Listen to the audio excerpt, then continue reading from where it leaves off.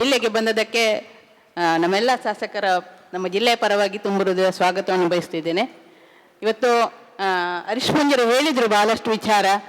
ಈಗಾಗಲೇ ರಾತ್ರಿ ಹೊತ್ತಿನಲ್ಲಿ ನಮ್ಮ ಸುಳ್ಯ ತಾಲೂಕಿನಲ್ಲಿ ಮಹಿಳೆಯರ ಮನೆಗೆ 2 ಮಹಿಳೆಯರು, ಅವರೇನು ಧಾರ್ಮಿಕ ಭಾಷಣ ಮಾಡಿದವರಲ್ಲ, ಅವರ ಮನೆಗೆ ರಾತ್ರಿ ಹೋಗಿ ಫೋಟೋ ತೆಗೆದು ಅವರಿಗೆ ಹಿಂಸೆ ಕೊಟ್ಟಿದ್ದಾರೆ. ಅದಕ್ಕೋಸ್ಕರ ಯಾರು ಪೊಲೀಸ್ ಹೋಗಿದ್ದಾರೆ ಅವರ ಮೇಲೆ ಆಕ್ಷನ್ ತಗೊಳ್ಬೇಕು ಅಂತ ಒಂದು ಇಲ್ಲಿ ಹೇಳ್ತಿದ್ದೇನೆ. ಅದು ಮಧ್ಯರಾತ್ರಿ ಹೋದ ಕಾರಣ, ಒಂದು ದಿವಸ ಅಲ್ಲ 7 ದಿವಸ ಹೋಗಿದ್ದಾರೆ.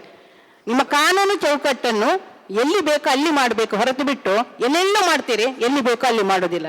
ಇವತ್ತು ಬೈಕ್ನಲ್ಲಿ 4 ಜನ ಬೈಕ್ನಲ್ಲಿ ಹೆಲ್ಮೆಟ್ ಹಾಕದೆ ಹೋದರೆ ಏನು ಮಾಡೋದಿಲ್ಲ. ಒಬ್ಬ ಕೂಲಿ ಕೆಲಸದವ ಅರ್ಜೆಂಟ್ ಅವನ ಮನೆಗೆ ಅವನ ತಾಯಿಗೆ ಹುಷಾರಿಲ್ಲ ಅಂತ ಹೆಲ್ಮೆಟ್ ಹಾಕದೆ ಹೋದರೆ ಅವನ ಅಡ್ಡ ಹಿಡಿದು ಫೈನ್ ಹಾಕಿ ಅವನೇ ಆಕ್ಸಿಡೆಂಟ್ ಆದ್ದುಂಟು. ಗಡಿಬಿಡಿಯಲ್ಲಿ ಇವರನ್ನು ನೋಡಿ ಹೆದ್ರಿ. ಇದು ಆಗಬಾರ್ದು. ಅದಕ್ಕೂ ನೀವು ಕಡಿವಾಣ ಹಾಕಬೇಕಂದ್ರೆ ಅವರಿಗೆ ಸರಿಯಾದ ರೂಲ್ಸ್ ಹೇಳ್ಬೇಕು. ಪೊಲೀಸಿಗೊಂದು ರೂಲ್ಸು ಮತ್ತು ಕಾರ್ಯಕರ್ತರ ಸಾಮಾನ್ಯ ಜನರಿಗೆ ಒಂದು ರೂಲ್ಸ್ ಆಗ್ಬಾರ್ದು. ಫೋಟೋ ತೆಗೆದು ಹಾಕಿದ್ದಾರೆ, ಪೊಲೀಸ್ ಹೆಲ್ಮೆಟ್ ಹಾಕ್ಲಿಲ್ಲ, ಅವ್ರು ಕೇಳುವವರಿಲ್ಲ. ಕಾರ್ಯಕರ್ತ ಒಬ್ಬ ವ್ಯಕ್ತಿ ಹೆಲ್ಮೆಟ್ ಹಾಕದಿದ್ರೆ ಫೈನ್ ಹಾಕ್ತಾರೆ, ಅದು ಆಗಬಾರ್ದು. ಈಗ ಮರಳಿನ ಬಗ್ಗೆ ಹೇಳಿದ್ರು, ಇದನ್ನು ಹಿಡಿಯುವುದು ಕೂಡ ಅಷ್ಟೇ. ಅದು ಯಾರಿಗೆ ಇರುವಂಥದ್ದು? ಗಣಿ ಇಲಾಖೆಯವರಿಗೆ ಆ ಜವಾಬ್ದಾರಿ ಇರುವಂಥದ್ದು.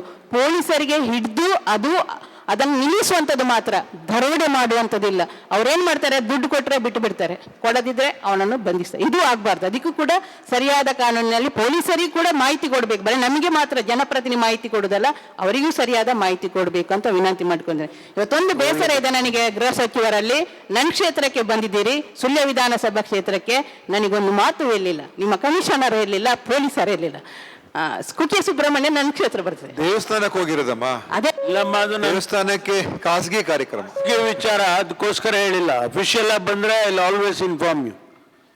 ಹೇಳದೆ ಬರೋದೇ ಇಲ್ಲ, ನಿಮ್ ಪರ್ಮಿಷನ್ ಇಲ್ದೇನೆ ಬರೋದಿಲ್ಲ ನಾನು.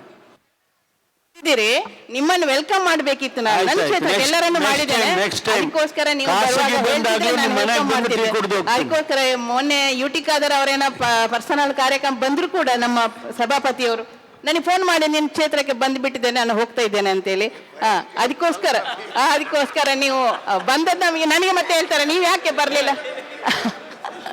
ಅಲ್ಲಿ ಕೊಡಿ, ಸೌಹಾರ್ದತೆ ಬೇಕು. ಅಲ್ಲಿ ಬಿಜೆಪಿ ಕಾಂಗ್ರೆಸ್ ಅಂತ ಬರಬಾರ್ದು, ಅಲ್ಲಿ ಕೂಡ ಸೌಹಾರ್ದತೆ ಬರಬೇಕು ಅಂತ ವಿನಂತಿ ಮಾಡಿಕೊಳ್ತಿದ್ದೇನೆ. ನಾನು ಸಭಾಧ್ಯಕ್ಷ ಪ್ರತಿಪಕ್ಷದ